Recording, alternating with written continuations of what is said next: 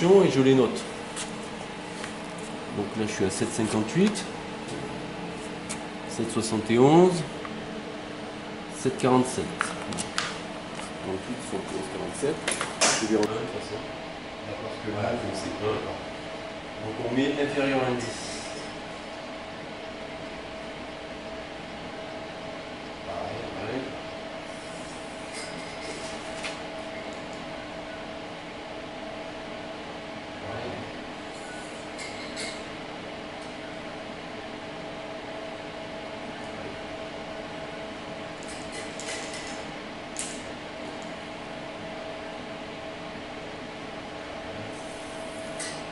Vous venez de décharger là? Parce qu'elles sont déchargées pour faire le régime.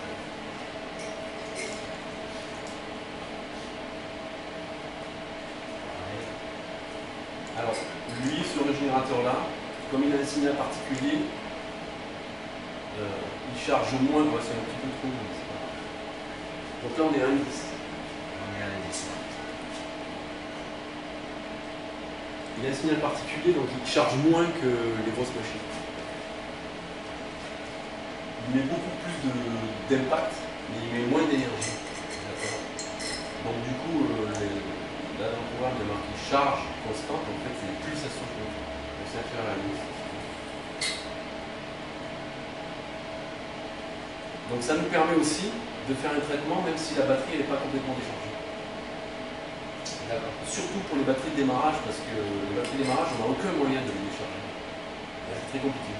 Donc en fait, on a mis en place un process qui permet de traiter même sur les batteries chargées. Alors que sur les batteries de traction, c'est pas possible. Enfin, avec la grosse machine, on a un signal qui est trop puissant.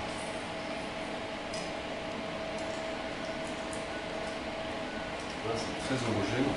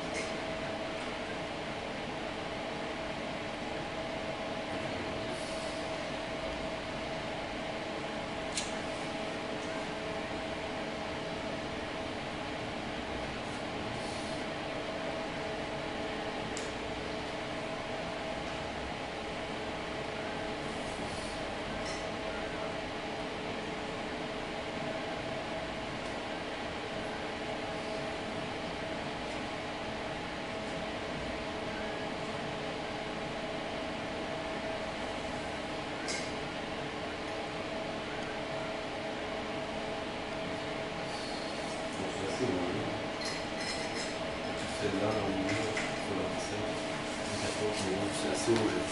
Donc là, on n'a pas de disparité particulière qui nous permettrait d'identifier une cellule où il faudrait mettre absolument le capteur de température. Donc là, on va surtout faire la logique, c'est-à-dire on va mettre sur la batterie qui est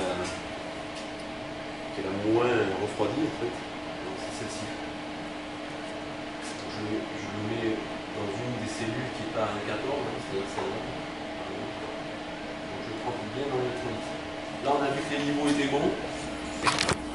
Les intercalaires ne sont pas hors d'eau. Il y a 5 mm minimum au-dessus des plaques, ça suffit. Elles sont déchargées, donc le niveau va monter. Si je refaisais les pleins niveaux ici, je suis certain de déborder encore plus. Donc là on a fait nos tests, on a vu qu'il n'y avait pas de court-circuit, on va le valider. Et on va lancer le programme. Alors, je vous présente grossièrement le soft. D'abord en paramètres, vous pouvez avoir accès au compteur horaire. Donc là, elle a déjà tourné 76 heures pour les tests. On peut modifier la langue, il y a 3 langues embarquées, anglais, français, espagnol.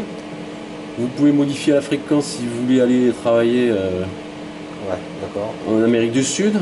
La date, c'est la bonne date. Est-ce que c'est la bonne heure? Oh, on est le 6, c'est bon. Est-ce que 11h32, c'est bon.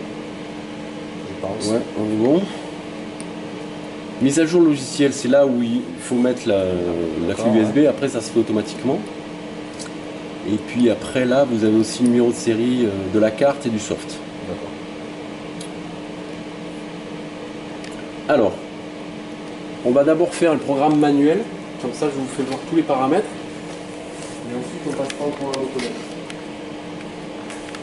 À 2 volts, qu'il y en a une qui est morte, on peut l'enlever et ajuster manuellement. Donc là on est à 48, on est au max. Ok. Là ensuite, on va définir l'ampérage de la capacité. La capacité, on va mettre la C5, donc c'est du 145. Donc c'est toujours C5? Ouais, pour la traction, c'est toujours C5. D'accord. Donc là, on n'a pas 145, mais on a 150.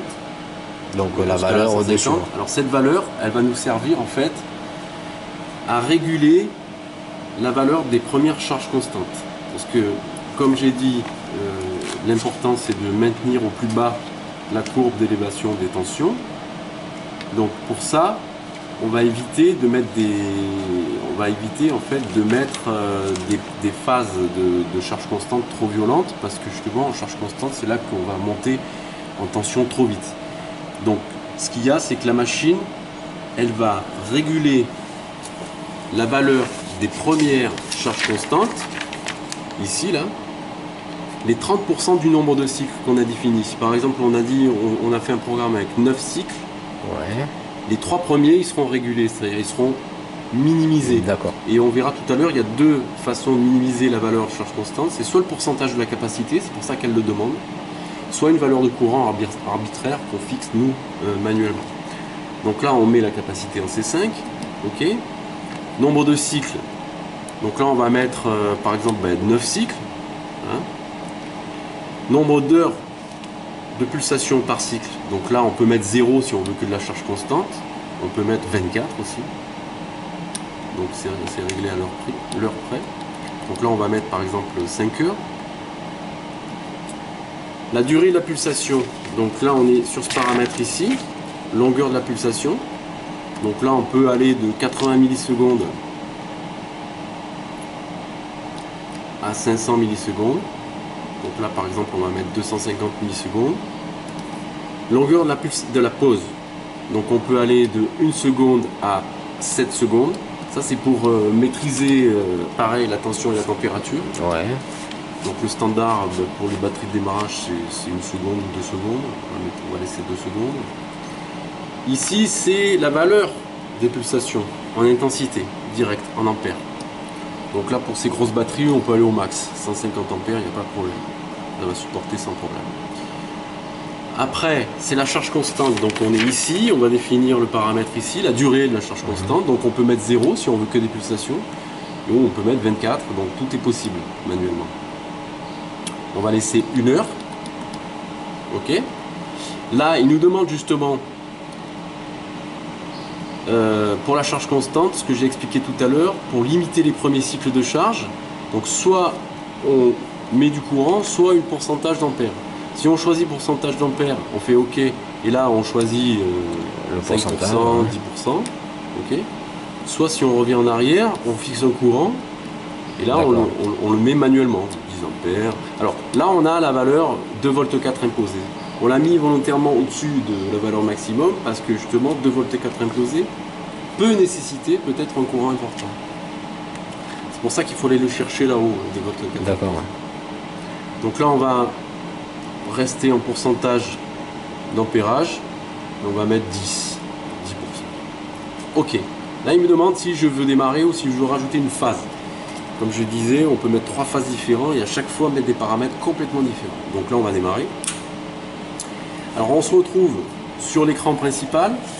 On est sur la première phase sur 1 programmée, premier cycle sur 9 programmés. On est bien en programme manuel 48 volts, 150 ampères heure. Ici, les pulsations elles sont matérialisées par le petit voyant. Ouais. On a bien 250 millisecondes toutes les 2 secondes. On a un petit sablier vert sur les 5 heures de pulsation qu'on a programmé. Ça, c'est l'ampérage cible et ça, c'est l'ampérage actuel. Donc pour l'instant, elle n'envoie rien. Il y a les ponts Thyristor qui sont en train de s'ouvrir. Et quand ça sera suffisant, elle va commencer à envoyer 1 ampère, 2 ampères, jusqu'à obtenir les 150 ampères. Ça, c'est le voltage actuel. Et ça, c'est différents compteurs qui tournent. Ici, on a le rappel des réglages. Donc, on est bien à 9 cycles, 5 heures, 200 millisecondes toutes les 2 secondes. On tape à 150 ampères. Et on a une heure de charge constante, limitée à 10%. On a une phase donc, de 54 heures. On n'a toujours pas eu d'arrêt de température, ni d'arrêt de tension élevée. Donc, tous les compteurs sont à 0. Je peux faire pause ou je peux faire arrêt. Si je fais arrêt, il me demande une confirmation. Ouais. Ici, je peux changer la valeur cible manuellement si j'appuie à la fois sur ce bouton et sur ces boutons-là. D'accord. Si je le fais pas, il me met le message de toute façon. Ah ouais, d'accord. Voilà.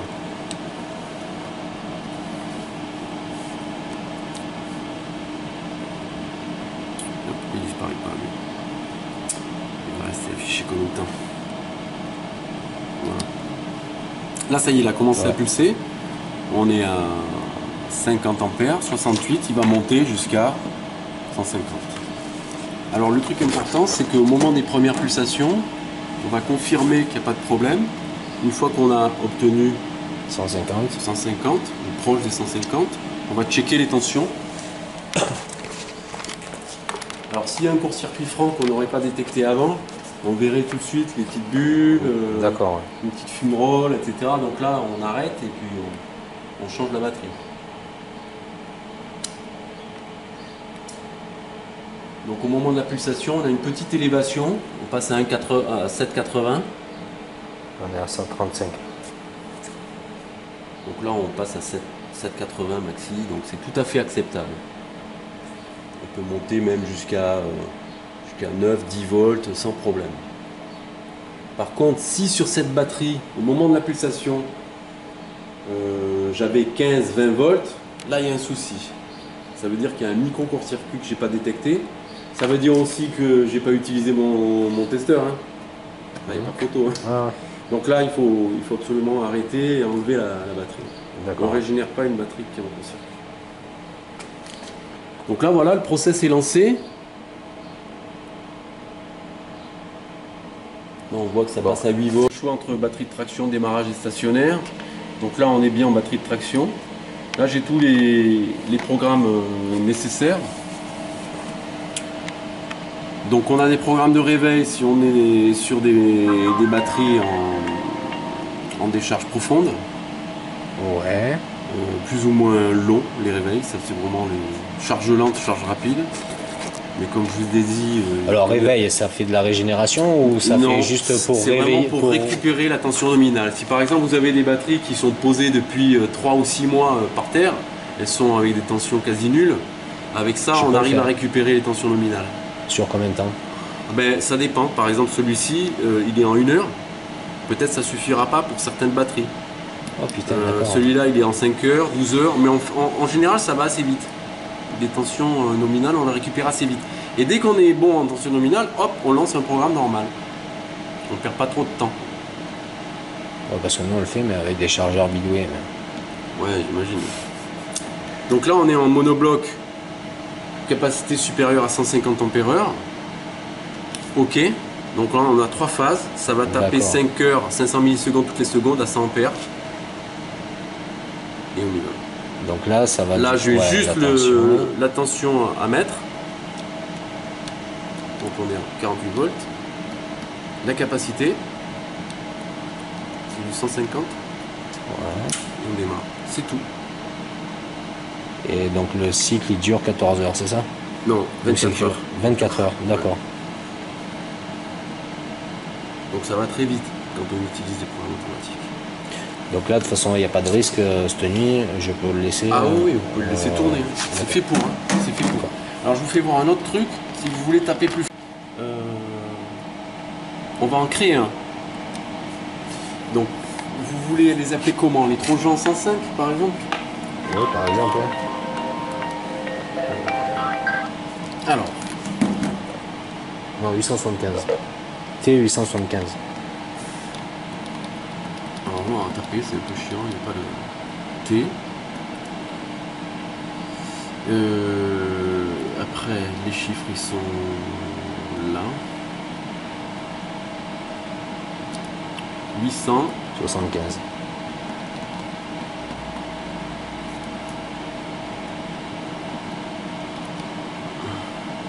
Ok. Ouais. Donc là maintenant, c'est nous qui allons mettre nos cycles. Alors, on va pomper ce qu'il y avait c'était 3 phases. Ouais. On va faire un truc simple. Donc on va mettre 6 x 4, 24. Donc 4 cycles de 5 heures de pulsation, 500 millisecondes toutes les secondes. On va taper à 150 ampères par contre. Ok, 1 heure charge constante, limité en pourcentage, 5%. Et voilà. Il est ici. Ouais. Donc là je peux l'effacer. Ce nouveau pictogramme permet de l'effacer. Par contre les autres, vous ne pouvez pas les effacer, il n'y a que ce picto. Donc là je le lance. J'ai bien mon réglage basique. Je mets juste la tension. Je confirme l'ampérage. Je fais combien? 150. 150. Et c'est fait. Donc là j'ai bien mon programme T875. D'accord. Et je pense que 150 ampères ça va les prendre.